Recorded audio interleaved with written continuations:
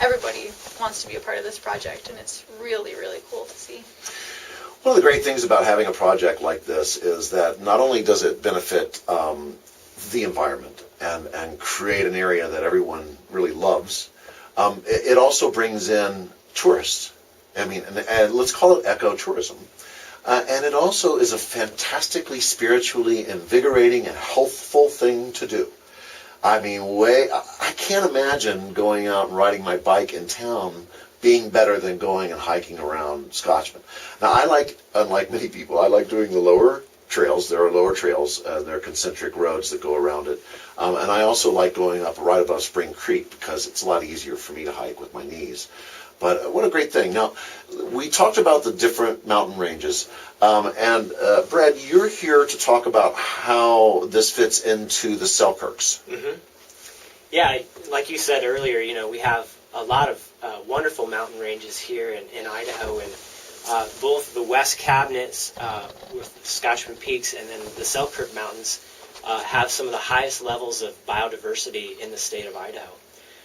Unfortunately, we don't know a whole lot about the numbers of animals that we have within the various populations of the species. And so the very appealing thing about this study is that in both mountain ranges, it's enabling us, with the help of everyday people, to learn more about how many wolverines are out there, how many fish are out there.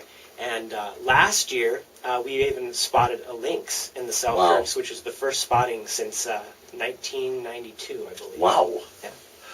The MacArthur Lake Wildlife Corridor is a major traverse point. And it was many years ago, and it was probably 2005, but there was a study that was done then that said that per square mile, we had more wildlife than any other place in the lower 48. Now, I don't know if that's true anymore. I don't think that we've had a big, gigantic die-off, so it probably is still true. This project, the Wolverine Project and the Selkirks, you guys are trying to get a count. You're trying to do a population study, aren't you? Yeah.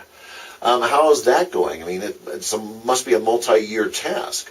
Well, again, like we said before, we really don't know how many are out there. And with a species like Wolverine that has a home range of like 500 square miles, I believe. Yeah. Really? I mean, these guys... Do they overlap each other's ranges?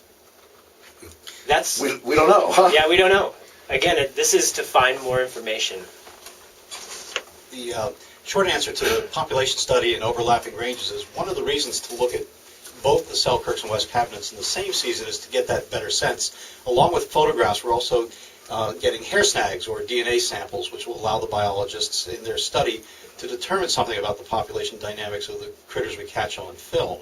And so that'll be very helpful in developing a better sense of both how many of the individuals are out there, wolverines, lynx, marten, and fisher, and how they're interrelated with each other. The pictures that have been posted, by the way, have been really, really cool. One of the things that has happened this season is we haven't had that much snow. So what I guess I'm asking you is, has it helped or hindered being able to learn about the wolverines that we have not had that much snow? Well, yesterday, actually, I just went out and put up a station in the Selkirks, and I anticipated about a 4-mile hike in. But because of the lack of snow at low elevation, I was able to drive in about a mile. So in terms of deploying the station the first time, it certainly has made it easier. Now with today's storm, it'll be more effort next time we go out. Hey, it's fluffy stuff. Don't you worry about nothing. Well, thank you very much for your efforts. I really appreciate that you guys love this, and we love it that you have taken the interest, and all the volunteers, my hat goes off to you. They brought me a Scotchman Peaks Wilderness hat. Thank you very much.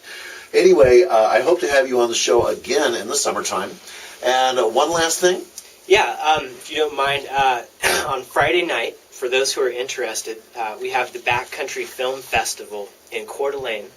That event starts at 7 o'clock at the Eagles at 209 East Sherman in Coeur d'Alene. The event is co-sponsored by Idaho Conservation League and Friends of Scotchman Peaks Wilderness. And if you're looking for something to do Friday night, come join us in Coeur d'Alene.